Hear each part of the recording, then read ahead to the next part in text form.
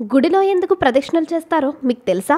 ఆలయ సందర్శన ప్రతి హిందువు జీవితంలో అత్యంత ప్రధానమైన ఆధ్యాత్మిక ఘట్టం. ఇంట్లో దేవుడున్న దేవాలయం వరకు ఎందుకు వెళ్తామని ప్రశ్నించేవారు లేకపోలేదు. కానీ భగవంతుడు కొలువైన చోటుకే వెళ్ళడం ద్వారానే మనం దైవానికి ఇచ్చే ప్రాముఖ్యత ఎంతో ఆ దైవం ఇట్టే గ్రహించగలడు కదా. అందుకే వీలైనంత తరచుగా ఆలయ సందర్శనం చేయాలి. ఆలయ సందర్శనంలో ఆలయ ప్రదక్షిణం, దైవ దర్శనం ప్రధానం కదా.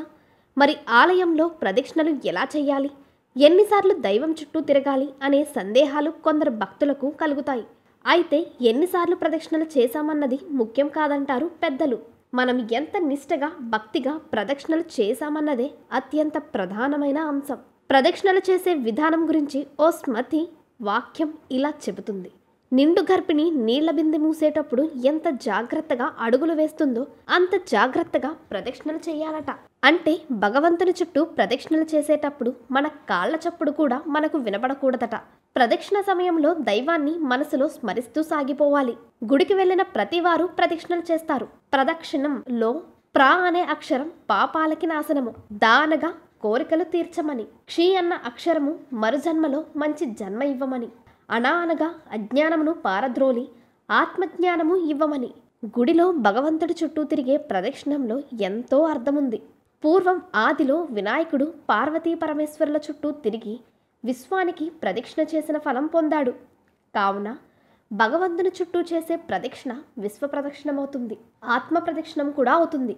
భగవంతుడా, నేను అన్ని వైపుల నుంచి నిన్నే అనుకరిస్తూ ధ్యానిస్తున్నానని అర్థం.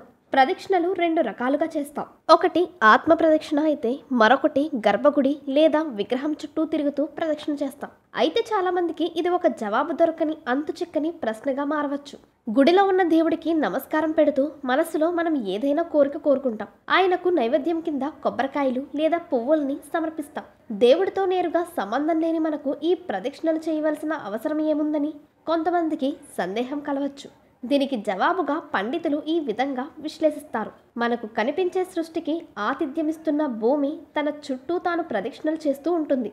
భూమి ఈ విధంగా ప్రదక్షిణలు చేయడం వల్ల తనకు శక్తి వస్తుందా, లేక తన శక్తిని నిలబెట్టుకోవడం కోసం ప్రదక్షిణలు చేస్తుందా అనే విషయం పక్కన పెడితే, భూమి ప్రదక్షిణ చేయకుండా ఉంటే మరుక్షణమే ఏమైనా జరగవచ్చు, సృష్టి మొత్తం నాశనం కావచ్చు. అదేవిధంగా సూర్యుని చుట్టూ భూమి ప్రదక్షిణ చేస్తుంది. ఫలితంగా జీవరాశి మనుగడకు సూర్యుని నుంచి శక్తిని పొందుతుంది. ఈ విధంగా భూమి ఆత్మ ప్రదక్షిణలు చేస్తూ సూర్యుని చుట్టూ ప్రదక్షిణలు చేస్తుంది. అలాగే భక్తులు కూడా ఆత్మ ప్రదక్షిణలు చేయటం, విగ్రహం చుట్టూ తిరగడం, ఇవన్నీ కూడా ఒక సూచికగా ఉంటాయి. ఇలా భ్రమణం చేయడం వల్ల దేవుడి నుంచి అతీతమైన జ్ఞానశక్తిని పొందడమే కాక మనస్సుకు, శరీరానికి కూడా మేలు చేస్తుంది.